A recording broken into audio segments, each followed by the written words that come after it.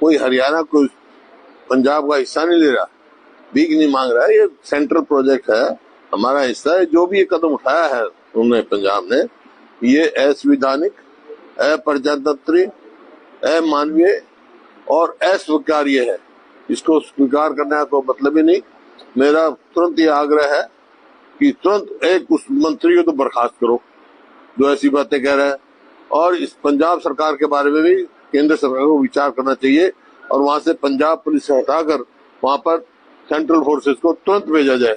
ये नहीं चलता, ये संघीय ढांचा है, फेडरल सिस्टम है हमारे संविधान को। इस संविधान को तोड़ने वाले कौन है? भाखड़ा का जो है पानी मैनेजमेंट बोर्ड है, वहां पे उसकी एक टेक्निकल कमेटी है, वो फैसला करती है कि स्टेट को कितना पानी देना है। उसने फैसला किया है और सदैव आज से 66 से लेके आज तक तो ऐसी सवाल नहीं हुआ। ये क्योंकि इलेक्शन के चुनाव आ रहे हैं, राजनीतिक स्टंट जो है आप पार्टी सरकार जो कर रही है वहां पर कोरी राजनीति कर रही है, उसको मतलब वो नहीं है। तो तुरंत केंद्र सरकार को अपनी जिम्मेवारी निभानी चाहिए, क्योंकि हाई कोर्ट ने भी फैसला कर दिया। हाई कोर्ट में गया भाखड़ा मैनेजमेंट को, हाई कोर्ट ने कहा पंजाब सरकार को भाई इसमें दखल ना दे। फिर कौन होते हैं दखल देने वाले? अवमानना जो है कंटेम्प्ट कोर्ट का भी कर रहे हैं, और इस वास्ते उनके ऊपर ये तुरंत मुकदमा दर्ज करके और उनके ऊपर कार्रवाई की जाए। लेकिन सर, वो पंजाब सरकार ने कोर्ट में भी ये कहा था कि उन्होंने पुलिस फोर्स इसलिए लगाई है जो पाकिस्तान भारत की स्थिति है उसको देखते हुए लगाई है, जबकि ये जिम्मेदारी कहीं ना कहीं केंद्र की है। केंद्र की सरकार है वहाँ, वो नेशनल प्रोजेक्ट है, वो पंजाब सरकार की प्रॉपर्टी नहीं है। भाखड़ा डैम है, नांगल डैम है, वो नेशनल प्रोजेक्ट है। तो ये केंद्र सरकार अपनी भेजे वहाँ फोर्सेस।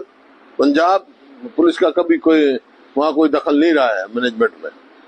तो प्रदेश सरकार का जो अभी तक का रुख है इसको लेकर, या केंद्र का रुख है, आप उससे कितना सहमत हैं, क्या कहेंगे? नहीं, मैं ये कह रहा हूँ हरियाणा के मुख्यमंत्री को तुरंत यहाँ पे आना चाहिए, केंद्र नेतृत्व से मिलना चाहिए और यहाँ अपनी आवाज को जो है पूरी जोर शोर से उठाना चाहिए। और हम साथ देने के तैयार हैं, प्रधानमंत्री जी को मिले, गृह मंत्री को मिले, तुरंत आए, हम तैयार हैं। हमने तो इसी वास्ते कहा था विधानसभा का विशेष सत्र बुलाओ, आप वही नहीं बुलाया गया।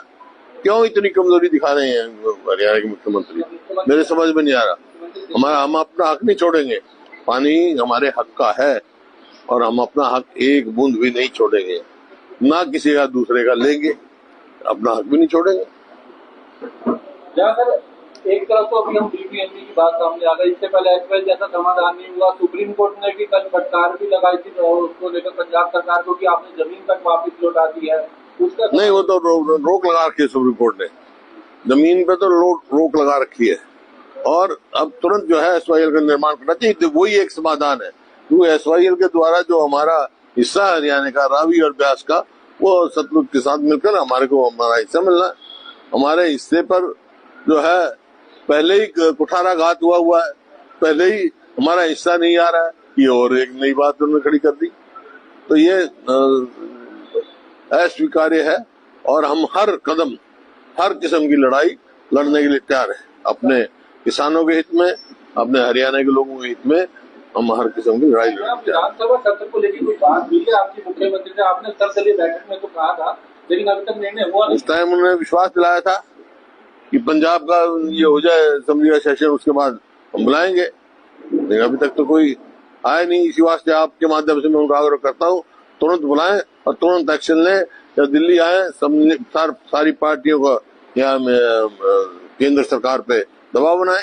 सर, कल पंजाब ने फिर से कैबिनेट बुला ली है, पहले भी पंजाब ने कैबिनेट बुलाई थी और कल भी 11 बजे कैबिनेट हो कोई हो, किसी का कोई अधिकार नहीं है हरियाणा के पानी पर, किसी का अधिकार नहीं है।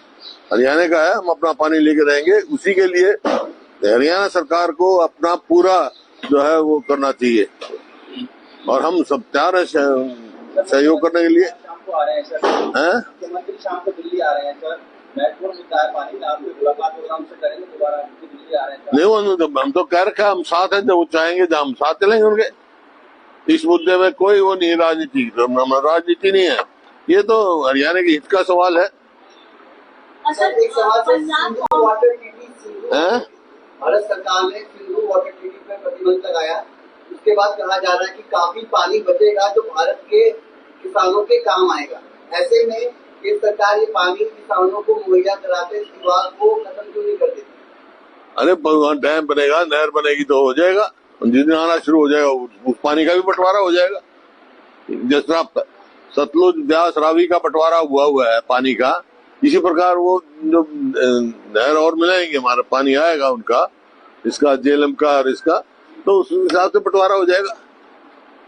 सर, प्रताप सिंह बाजवा कह रहे हैं, भगवंत मान को पूछ रहे हैं कि आप कोर्ट क्यों नहीं जा रहे, क्यों आप पानी के मुद्दे पर क्योंकि उनका कोई अधिकार ही नहीं है। कोर्ट ने तो उनको कह दिया, कोर्ट ने तो, हाई कोर्ट ने आदेश दे दिए, तो आप इस बीच में मत दखल को। उनको मालूम है इस बात का, भगवंत सिंह मान को पता है कि ये हरियाणा का हक का पानी है।